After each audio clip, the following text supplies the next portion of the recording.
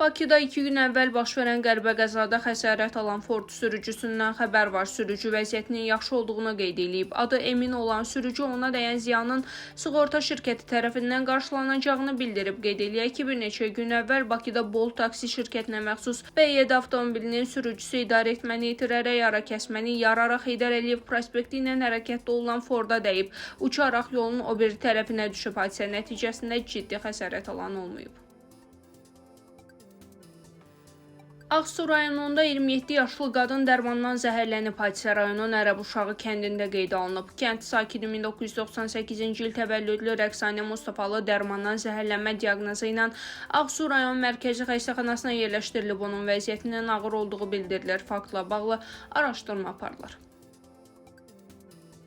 Ağdamda 4 yaşlı uşaq it hücumuna məruz qalıb. Hadisə rayonun Qərvənd qəsəbəsində baş verib. Belə ki, qəsəbə sakini 2021-ci il təvəllüdlü Hüseynov Sabir Zahiroğlu küçədə oynadığı zaman it ona hücum edib. Nəticədə üz nahiyəsindən xəsarət alan az yaşlı Ağdam Mərkəzi rayon xəstəxanasına çatdırılıb. Ona ilkin yardım göstərilib və daha sonra Bərdə diaqnostika mərkəzinə göndərilib.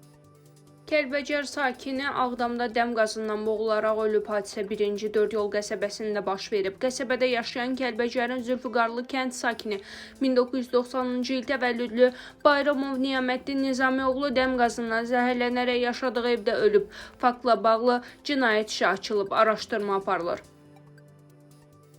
Azərbaycan Diplomatik Akademiyasının məktəbinin 11-ci sinif şagirdi Tural Zeynallının ölüm səbəbi məlum olub. Tural Zeynallı hamamda yıxılıb və başı yerə dəyib. Ailəsi onu xəstəxanaya çatdırıb. Müayinə zamanı Turalın beynində şiş aşkarlanıb. O bir neçə gün komada qaldıqdan sonra dünyasını dəyişib.